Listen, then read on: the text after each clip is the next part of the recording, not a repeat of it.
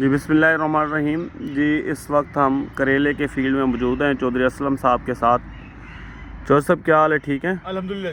चौधरी साहब ये एक साइड पे वैरायटी कौन सी लगी हुई है हाथ? ये 7155 हाजी सन की, और ये साथ और वैरायटी लगी ये है। और वैरायटी है जी। इन दोनों में फ़र्क दिखा है? फ़र्क आप खुद देख लें जी, आपके सामने है।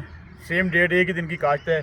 इसका भी फ्रूट देख लें और इसका भी फ्रूट, दोनों का फ्रूट देख लें जी आप। ये फ्रूट में माशाल्लाह बहुत भरी हुआ है, अच्छा फ्रूट लिया हुआ है। और इसके ऊपर अभी नहीं है, इसके ऊपर अभी कोई भी दाना कहीं पे लगा हुआ है।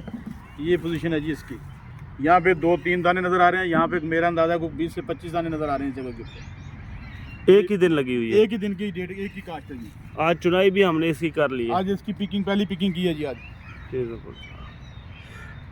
और ये कब लगाया गया है शबाज? 1 दिसंबर को काश्त है जी इसकी।